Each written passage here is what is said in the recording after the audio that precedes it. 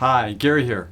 Saw this cartoon from a long time ago, and it was a bunch of gentlemen, and it was one guy saying to another, buy, buy, buy, buy, buy, buy, buy, going nuts, and then, I give up, to sell, sell, sell, sell, sell, sell. And it kind of is that whole thing of how we get caught in the emotion of, in the markets in particular, of buying and selling and jerking around back and forth and have absolutely no control over our emotions. And nobody wants to be that way. And that came to mind with this article written by Brad Waters, and actually it's from 2013 from Psychology Today, 10 traits of emotionally resilient people. I'm only going to go through 5 because it's pretty deep, but I wanted to cover these 5. Number 1, they self-regulate and set boundaries. When it's saying regulates, regulating emotions like I just was going through, and setting boundaries around those emotions to make sure that you're not getting drawn down a road to bad decision making from really poor emotional responses. And doing this with boundaries. So for instance, things that are you considering internal, which really are not, they're more external outside forces on you, switch that. Things that are global, oh, this applies to me, when specifically it does not.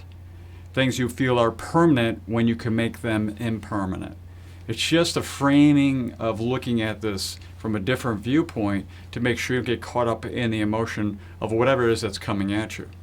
So number 2, they keep good company. I know most of us understand that, but sometimes you have to remove yourselves from people who are caustic or bad relationships or just not who you are and who you hang with. And that's really important. And it is who you hang out with is how you actually get oriented in your viewpoint of yourself and the world. Number 3, they cultivate self-awareness. Self-awareness is one of those things that's really tough. And in fact, I ask people around me many times to let me know when I'm being too ADD. And I do ask them to do that because I know I'm not self-aware of that, but I don't want that to be a stumbling block with someone, so I ask them to do that. It's very helpful. But that's self-awareness around one area, and it happens a lot of things in my life as it does in yours, but be self-aware of who you really are and what you're really doing at this moment in time. And if you're going off the tracks, recognize it, see that it's happening, and then make that correction. Number 4, they practice acceptance. So, pain is painful. Stress is stressful. When you're in situations that are hard and arduous, you have to say, I accept this. And otherwise, you're going to fight yourself and fight everybody else around you the entire time. And that's just the human existence. We're constantly going through things that are not fun, not necessarily of our own making. Maybe sometimes it is.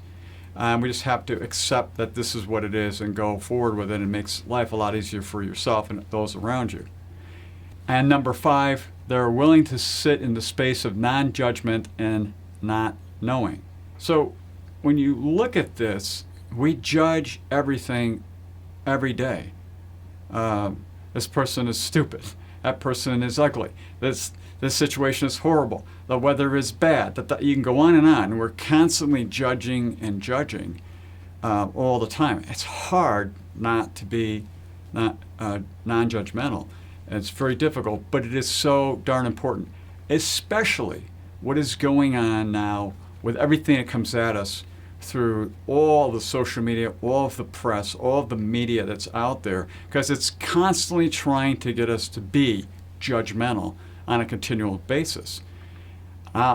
If you're like me, and I have found a lot of people are, you turn off most of those different feeds because that's all it's trying to do is play on that emotional part, make you be judgmental, and you can't sit in a really good space to look at both sides of a situation, your own personal situation or other things within your community or your life that affect you out there.